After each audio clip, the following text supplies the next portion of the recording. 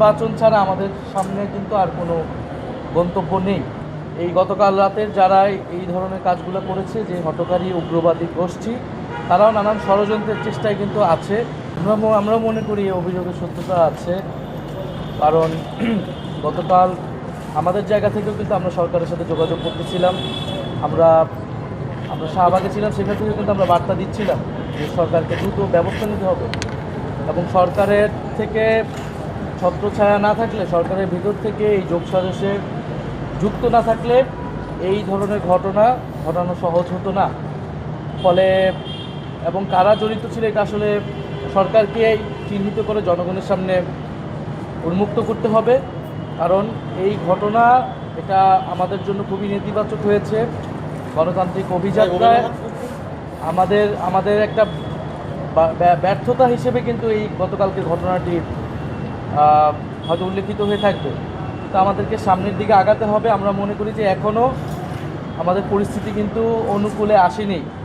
সারা দেশে মানুষ বিক্ষুব্ধ, শোকাহত, এবং এই গতকাল রাতের যারা এই ধরনের কাজগুলো করেছে, যে হঠকারী উগ্রবাদী গোষ্ঠী, তারাও নানান ষড়যন্ত্রের চেষ্টায় কিন্তু আছে।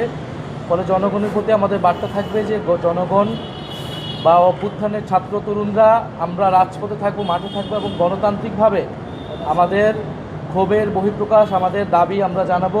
কোনো গোষ্ঠী যাতে আমাদের এই আন্দোলন, আমাদের বিক্ষোভকে ব্যবহার করে নিজেদের গোষ্ঠী স্বার্থ কায়েম করতে না পারে, এবং এমন কিছু দিকে যাতে আমাদেরকে ঠেলে না দেয় যাতে বাংলাদেশ ক্ষতিগ্রস্ত হয়, বাংলাদেশের প্রতিষ্ঠানগুলো ক্ষতিগ্রস্ত হয়।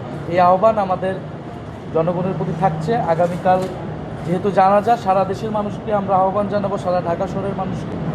আমাদের সকলেরই নৈতিক দায়িত্ব এই জানাজায় অংশগ্রহণ করা এবং শপথ গ্রহণ করা যে শরীফ ওসমান হাদী যেই বাংলাদেশ গড়ার জন্য, গণ অভ্যুত্থানকে প্রতিষ্ঠা করার জন্য কাজ শুরু করেছিলেন, সেটাকে আমরা অব্যাহত রাখবো ঐক্যবদ্ধভাবে। এবং একই সাথে যেহেতু নির্বাচনী পরিবেশ ভণ্ডুলের চেষ্টা চলমান রয়েছে, শরীফ ওসমান হাদী কিন্তু ভুলে গেলে চলবে না, তিনি একজন প্রার্থী ছিলেন, এবং এটা প্রার্থীর নিরাপত্তা, একই সাথে প্রার্থী, একই সাথে গণ অভ্যুত্থানের একজন ফেস, তার নিরাপত্তা নিশ্চিত করতে পারেনি এই সরকার।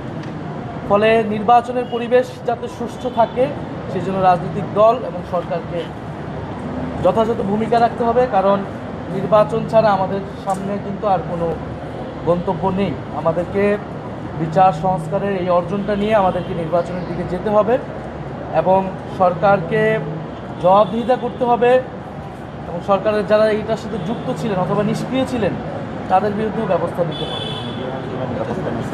এবং আমরা খুব স্পষ্টভাবেই বলবো যে গতকালকের এই ঘটনা ছিল ভিন্নমতের উপর আক্রমণ, এবং আমাদের মিডিয়া হাউসগুলো, সাংবাদিক কর্মীরা এই যে পুরো এই সময়টা গণ অভ্যুত্থান থেকে শুরু করে পরবর্তী সময়ে কিন্তু আমাদের যথেষ্ট পরিমাণ সাপোর্ট দিয়ে যাচ্ছে। অনেক মিডিয়া হাউসের বিরুদ্ধে আমাদের অভিযোগ আছে, আমরা নিজেরা কিন্তু সেই অভিযোগগুলো বিভিন্ন সময় করেছি।